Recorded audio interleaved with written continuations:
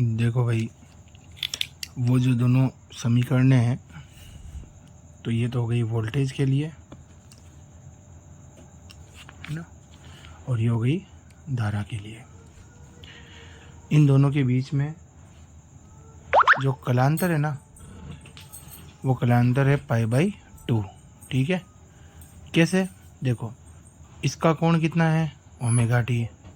इसका कोण कितना है? Omega T minus π/2। तो अगर हम ओमेगा टी में से माइनस करेंगे ओमेगा टी माइनस π/2 को, है ना, तो देखो omega T minus omega T plus π/2, ये दोनों कट गए। कितना का आंसर आ गया भाई? π/2। अब हम इसके लिए पहले v वाले के लिए एक सारणी बनाएंगे, और यहाँ पर एक सारणी किसके लिए बनाएंगे भाई? i के लिए। किस पे बनेगी? 0, t/4, t/2, 3t/4 और t। Same 0, t/4, t/2, 3t/4 और t। ठीक है। अब इसके लिए तो जो कल वाला टॉपिक किया था ना, सेम वैसी सारणी बनेगी। 0, v0, 0 माइनस v0 और 0, है ना। ये पिछले वाला टॉपिक है, समझ में आ जाएगा। वापस ट्राई करना, है ना, कल वाली वीडियो देखना। यहाँ देखो, आई बराबर कितना? I0 साइन ओमेगा की जगह कल बताया था कितना रखना है? 2π/t। सही है भाई। फिर आ गया छोटे वाला t, ठीक है, माइनस का π/2। अब बहुत ध्यान से देखना, मैं एक एक वैल्यू बता रहा हूँ आपको, ध्यान दो। आई बराबर कितना आएगा वो देखो। I0 तो है, साइन आ गया 2π/t, 2π/t। इस छोटे वाले t की जगह सबसे पहले कितना रख दो? 0। ठीक है, 0। यह है माइनस π/2। ये कितना हो गया? 0, है ना। देखो 0 गुणा हुआ ना भाई, 0 में माइनस π/2, यानी कितना बच गया? Sign minus π/2। साइन माइनस π/2 को हम लिख सकते हैं माइनस साइन π/2। ऐसे देखो, ये हो गया I बराबर I0, है ना। ये जो हो गया ना साइन 0 माइनस π/2, यानी कितना हो गया? माइनस π/2। माइनस को ले लिया बाहर, क्या गया? Sign only π/2। साइन π/2, साइन 90 कितना होगा? 1, है ना। वो 1 गुणा किससे होगा? I0 से, पर किसका आएगा? माइनस का। तो यहाँ पे आएगा माइनस I0। ठीक है, कितना आएगा? माइनस I0, है ना। अब देखो,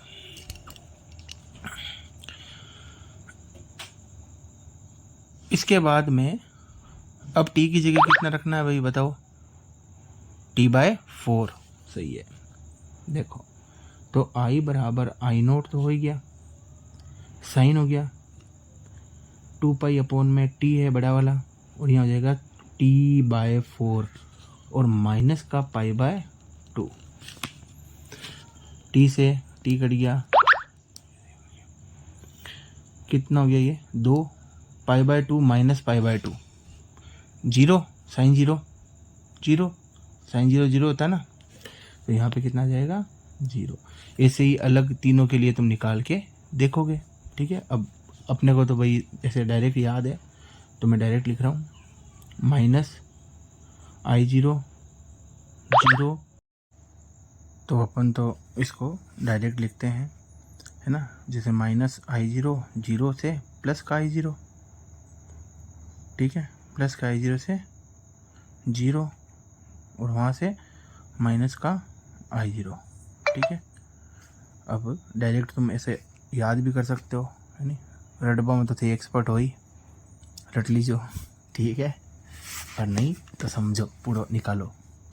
अब पहले मैं v के लिए बना रहा हूँ। देखो v के लिए 0 पर कितना है 0, t/4 पे कितना है v0, ऊपर की तरफ ले लो v0, वापस कितना है 0, फिर इस पे 3t/4 पे कितना है माइनस का v0, यहाँ पे ले लो माइनस का v0, ठीक है, और वापस कितना आ गया 0। एकदम सिंपल, मिला दो इसको।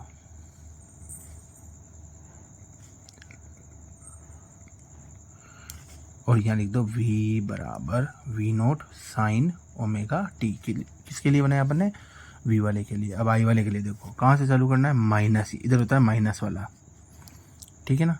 तो माइनस i0 0 पर, t/4 पे कहाँ है 0, तो ये t/4 पे 0 लगा दो। फिर t/2 पे कहाँ है i0, ठीक है ना, प्लस का i0, तो t/2 पे कहाँ चल जाओ बेटा, प्लस वाले पे, ठीक है।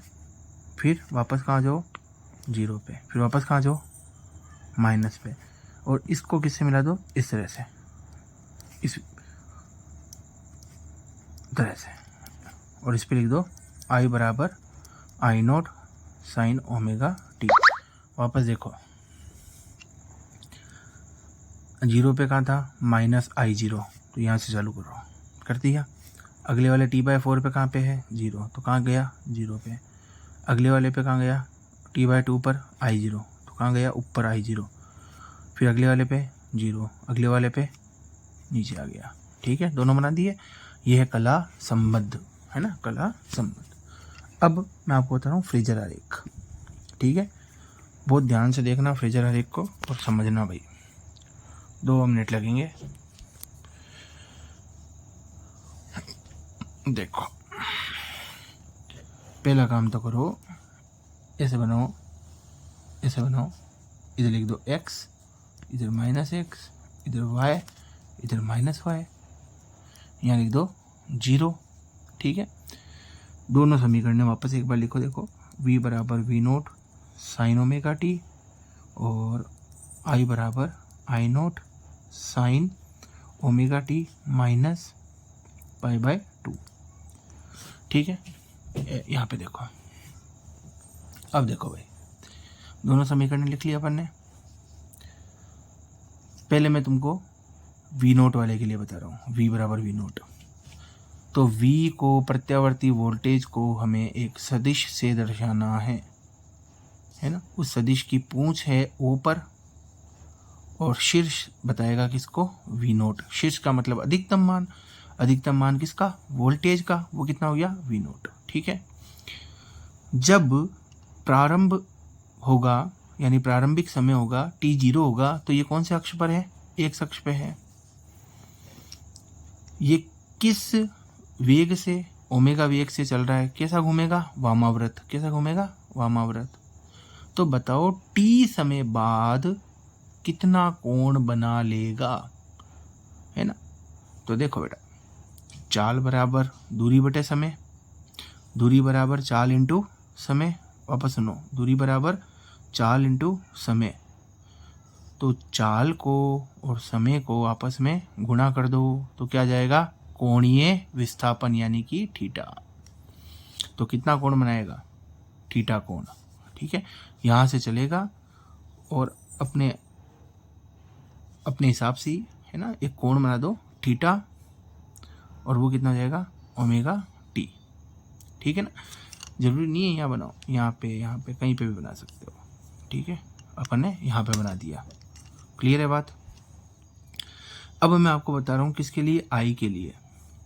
तो आई को भी किससे बताओ, एक सदिश से। उसकी पूंछ कहाँ पे है, ओ पे, और शीर्ष कहाँ पर है, ये यहाँ पे, है ना। जहाँ v0 है ना, एकदम उसके पास में ही बना दो i0, मतलब बराबर से ही है दोनों, पर एक के ऊपर एक नहीं बनाया अपन ने, थोड़ा सा आगे पीछे बना दिया, तो i0 हो गया। अब तुम बताओ कि प्रारंभ में अगर ये यहाँ पे है तो t समय बाद कितना कोण बनाएगा। तो देखो t समय बाद ये बनाएगा ओमेगा t और माइनस π/2, ठीक है। सॉरी, देखो वापस, t समय बाद ये कोण बनाएगा ओमेगा t माइनस π/2, माइनस π/2। जैसे t समय में इसने कितना कोण बनाया, ओमेगा टी, इसने बनाया ओमेगा टी माइनस π/2। तो देखो ये यहाँ से स्टार्ट हुआ कौन, I0, कहाँ गया पहले, ओमेगा टी पर गया, और वहाँ से वापस पीछे कितना गया, π/2। तो इसके साथ में एक रेखा खींचना है ना, यूँ मान लो यहाँ से हमने एक लंब डाल दिया, यानी कितने डिग्री का कोण हो गया ये, 90 डिग्री का। तो वापस देखो, एक सेकेंड, वापस देखो, I0 यहाँ पे है ना, कितना गया, ओमेगा टी गया, और वापस कितना गया, माइनस π/2। तो ये हो गया I0, और ये क्या था, V0।